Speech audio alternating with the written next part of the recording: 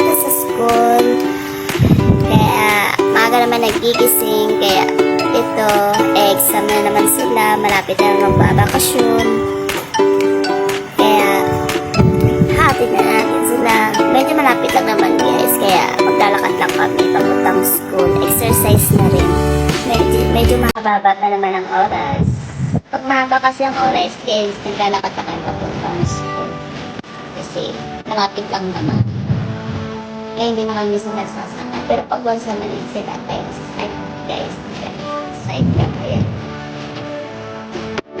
Yung oras nila bago. Pag po, malinis naman sa side car. Kasi pakamulit sila pasok na sa school. Kaya ngayon medyo mahaba na naman ang oras.